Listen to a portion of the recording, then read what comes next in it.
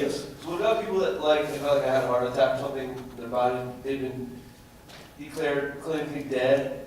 When they bring them back, they say, oh, I saw this tunnel, I saw this light, Yes. whatever. Yes, they call it a near-death experience. Right. And if you can find back issues of Skeptical Inquirer with Susan Blackmore, she's a wonderful researcher. Susan started as a believer in some of the paranormal, and she did these serious, controlled tests and checked everything out, and she was failing and failing and failing. She finally became a skeptic.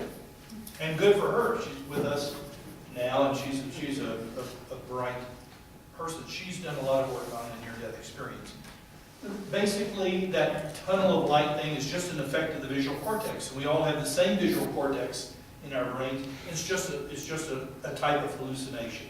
Why is it that Christians see that, Christ at the end of the tunnel, or angels or something, and other cultures don't?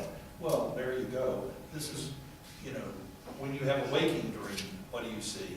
Well, if you're in the Middle Ages and you believe in demons, you see demons. If you've read a book on hauntings or your house is haunted, you see ghosts. If you've just read Whitley Strieber's book Communion, you see angels. So what's in our head, some of this is partly physiological and partly psychological and cultural. And the near-death experience is basically an hallucination of an oxygen-starved brain. It is basically, or some other induced chemical alteration, some mind-altering thing. And it proves my point about the brain. The brain is the essential organ, and if you affect it by cutting off oxygen or any of a number of things, it will respond. Yes? How do you get into the investigation game? How did I do it? How does one get into it? Well, since I'm the world's only full-time professional,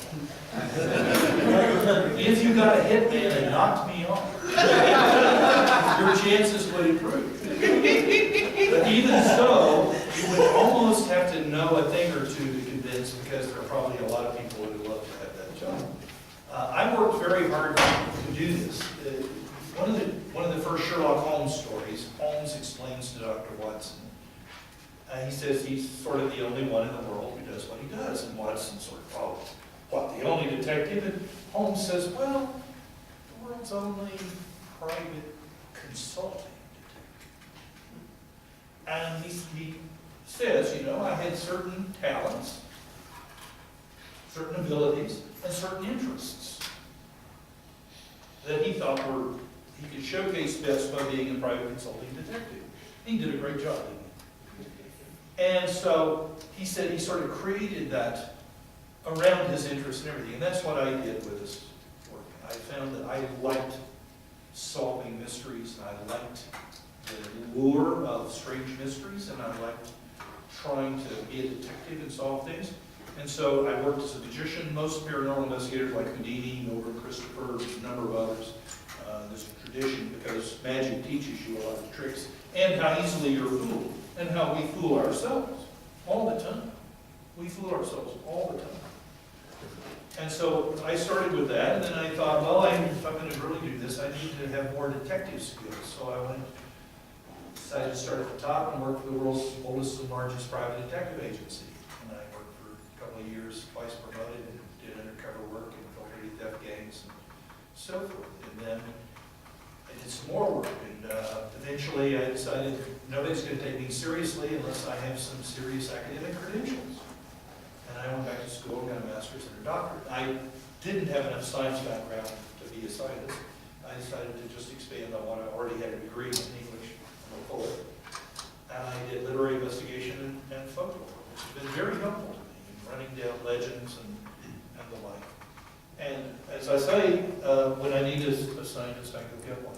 If you think about it, people often say on the other side, they'll shout out in an audience when I'm saying something, "You're not a scientist."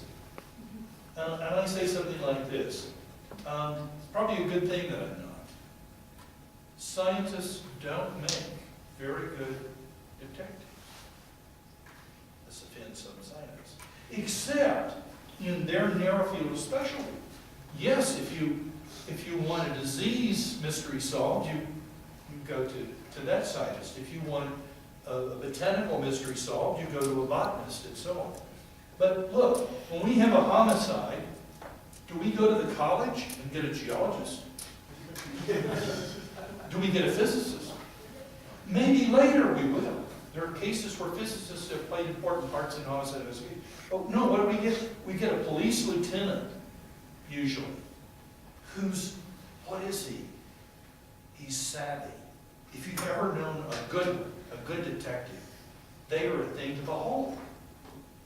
They have this ability to sort of look at a mystery and stick with it and try to puzzle it out. And they go get the fingerprint guy, the pathologist, and so forth. And those guys may solve the case right there, and that's it. They clear that case.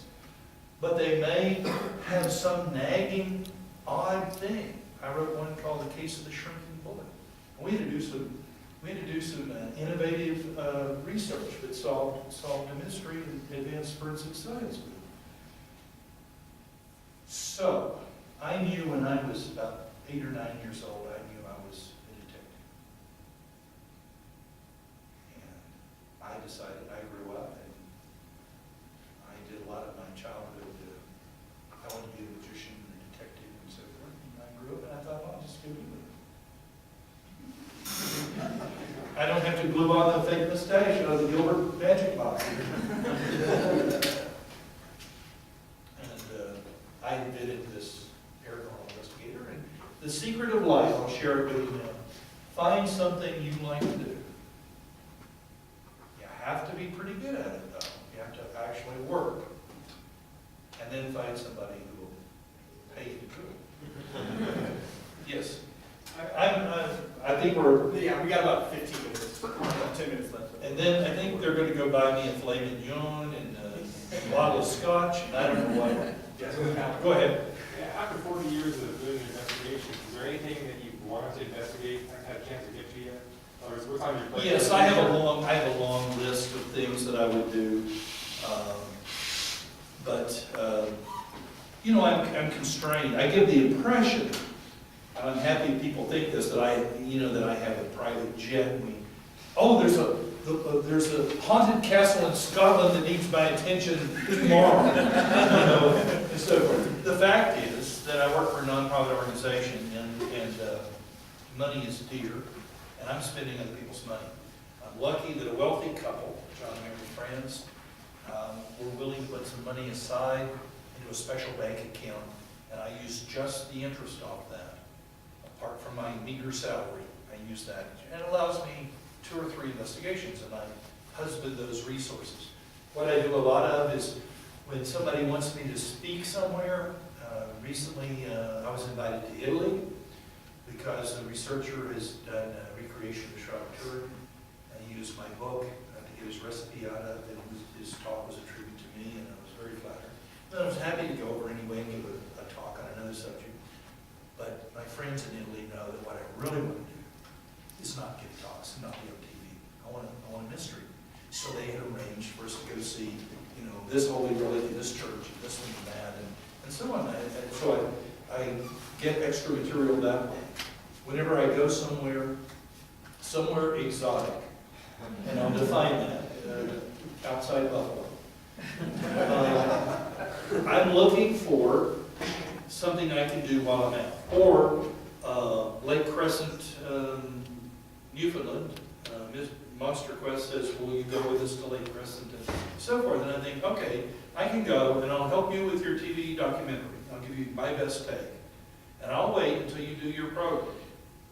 But then, and I'm going to be taking snapshots and notes and stuff, then I'm entitled to write my article, which will be much more skeptical than your TV documentary. And you've paid the bill.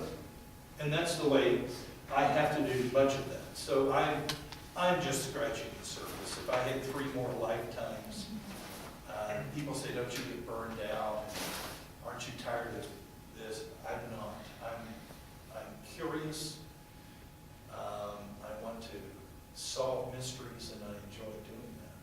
And yeah, some of it's same old, same old, same. Been there, done that. There's a good trade-off, though. The same thing that will make